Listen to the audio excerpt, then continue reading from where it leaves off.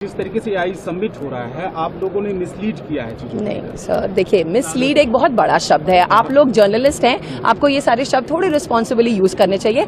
एक गलत miss interpretation से internet has gone by storm. ठीक है, लोगों के पास शायद वक्त नहीं है कि बहुत सेंसिबली चीजों को सुने और समझे। आप मिसलीड जैसे शब्दों का प्रयोग ना करें, मेरी आपसे विनती है। हाँ, ये हम आपको एक्सप्लेन कर सकते हैं। हाँ, वो हम आपको एक्सप्लेन कर सकते हैं कि कहाँ थोड़ी सी चूक हुई है। Sir, your 6 can be my 9। मैं जो कहना चाहती हूँ शायद मैं बहुत अच्छे से कह नहीं पाई, समय के अभाव के कारण या आसपास के बज और शोर के कारण, और आप जो समझना चाहते हैं शायद आपने उसमें पूरा धैर्य नहीं दिया उसको ठीक तरह से समझने का। गलगोटिया यूनिवर्सिटी एक बहुत रिस्पॉन्सिबल शिक्षण संस्थान है।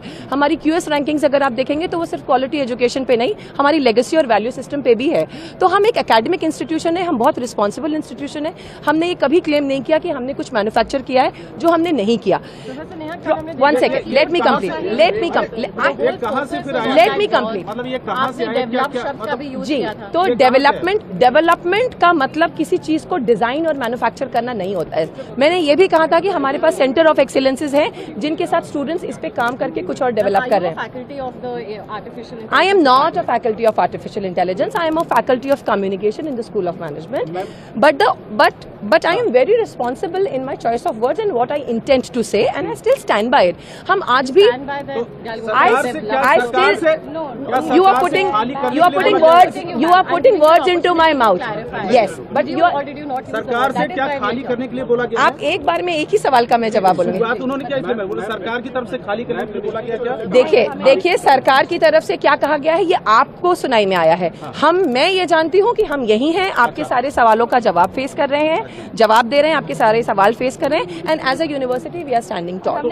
जो प्रोडक्ट है जिसको लेकर ये तमाम, ये मैं सुबह से कह रही हूँ, और मैं फिर वो प्रोजेक्ट जिस काम के लिए आया था, बच्चों के इनोवेशन करने के लिए, स्टडी करने के लिए, यहाँ सिर्फ वो प्रोजेक्शन के लिए था, वो चला गया। आपने सर इतनी कंट्रोवर्सी क्रिएट कर दी।